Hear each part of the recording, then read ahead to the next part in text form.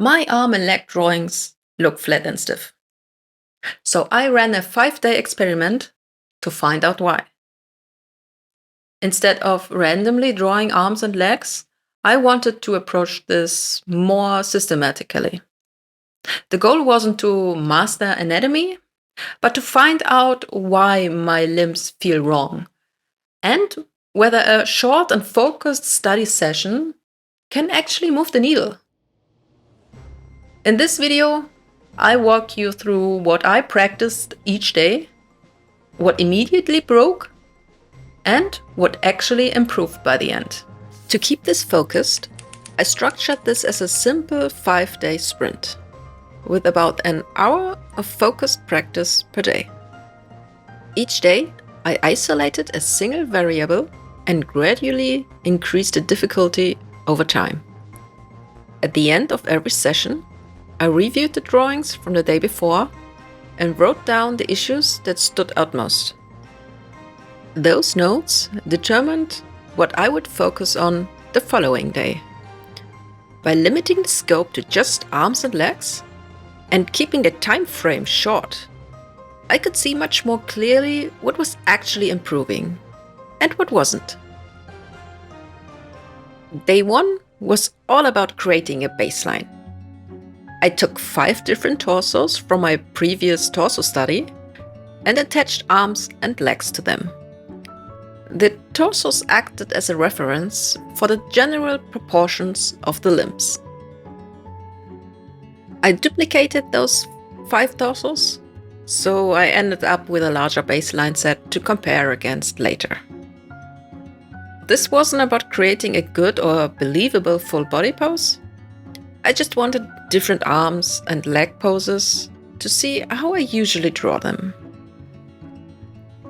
I focused only on single limbs, so I removed the difficulty of creating a balanced and believable pose.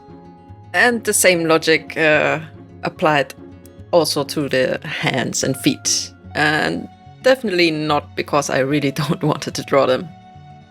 When I started analyzing these drawings, I noticed something important. I struggle a lot with seeing what is actually bad. But it got easier once I just pointed out anything I could clearly name. For example, my lines were not confident.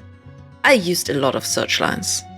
The placement of knees and elbows was often off, and male limbs were an absolute catastrophe, extremely stiff. And in general, I was just guessing a lot. But surprisingly, some things were actually okay. The leg length was mostly fine. Legs should be roughly half the height of the body. And even though I personally like to draw them a little bit longer. The same goes for the arms. The overall length was usually okay, with the wrist lining up with the crotch most of the time. So my key diagnostic insight from day 1 was this: I mainly lack structure, not proportions. On day 2, I looked up some tutorials and refreshed my knowledge on limb construction. The main tools for the construction: cylinders for the limbs and circles for the joints. I wasn't starting at zero here. I already had a general idea of how to construct limbs, and I have done a lot of studies where I drew directly on top of references. So this day was all about testing how well I could actually use those construction shapes on their own and without any reference. And that exposed a lot of issues very quickly. First of all, I encountered my all-time nemesis again: perspective. My cylinders were also very inconsistent in width. Sometimes one leg was wider than the other. The connection to the pelvis was also a weak point. The placement often felt wrong, even when I couldn't immediately explain why. But there was at least one positive discovery again: simply tapering the cylinders, so making them slightly thinner toward the lower joint, already gave the limbs a much more human look. Bending and foreshortening limbs were by far the hardest part. For example, in this drawing here, something looks really wrong. I think the lower cylinder should be showing more of the bottom plane, and something about the second cylinder is clearly off, but I still can't really say what. And in this example here, the foreshortening doesn't read correctly at all. It almost looks like the arm was cut off. On day 3, I finally added reference to the practice. The idea here was to focus on the issues I had discovered the previous days and try to correct them by analyzing real examples more carefully. At this point, the main goal was to get the construction and anatomy correct. I only drew arms and legs without connecting them to a torso, so I could fully focus on constructing the limb itself. I always started with drawing the cylinders in circles before doing anything else. At first, I only added the silhouette lines for the arm, but then I got a bit carried away and tried to add all the muscles. So I used this as additional practice to place the main muscle groups correctly, because muscles add structure to the limbs. So I think it's really useful to at least know the most important ones.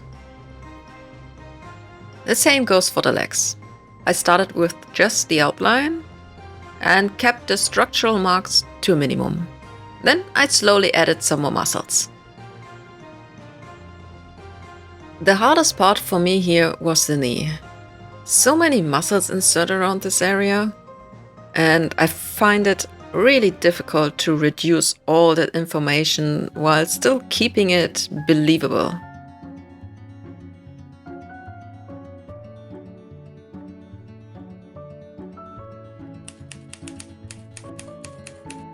On day 4, I focused on more complicated poses. The goal for this day was to see if what I had learned so far would actually survive increased difficulty.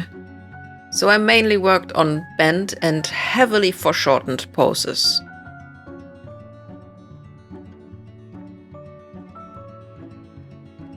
In the first leg drawing here, I actually forgot to draw the cylinders altogether. I don't really know why, but at some point I just slipped into copying that reference instead of constructing it.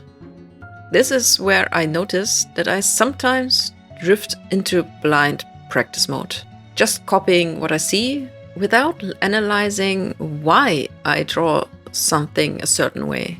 I'm curious, am I the only one who does this? Or does this happen to you too, where practice slowly turns into blind copying without you noticing? Let me know in the comments below. One anatomical detail I noticed here was the sartorius muscle creating a dent on the inner side of the leg. And this isn't just visible on very muscular figures. You can also see it on female legs with generally more body fat. The curve is just much more subtle. So knowing this muscle really helps when placing important curves and dents that make an arm or leg more believable.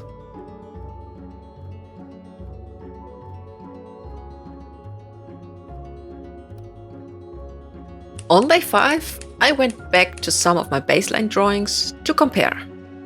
I picked 2 of them, one male and one female, and redrew them. This time, I didn't limit my time and fully focused on giving the limbs more structure. And I definitely succeeded in that. In this first redraw, the arms have a much clearer form. Although I need to be careful not to turn every female character into a muscle mummy. The bent leg here still doesn't look right, but I also chose a very difficult pose. The male redraw improved a lot as well. There's much more structure overall, even though the pose itself is rather boring. I struggled a bit with the arm here, but I only noticed the issue after flipping the canvas. And the legs are definitely too far apart. Plus, this dude has very slim ankles. Overall though, I did improve. Even though I only practice for a short amount of time. So even short practice can work, as long as it's focused and constrained. At the beginning of this video, I said my arm and leg drawings look flat and stiff. And after 5 days of focused practice, they are still not perfect. But they are no longer just guesses. There's more structure, and I have a much clearer idea of what might be wrong when something looks off. And that was the biggest takeaway for me. Not instant mastery, but clarity. And because this process helped me so much, my next video will be a tutorial on how to draw arms and legs. So if your arm and leg drawings also tend to feel flat or stiff, this one might be for you. Thanks for watching, and see you in the next one.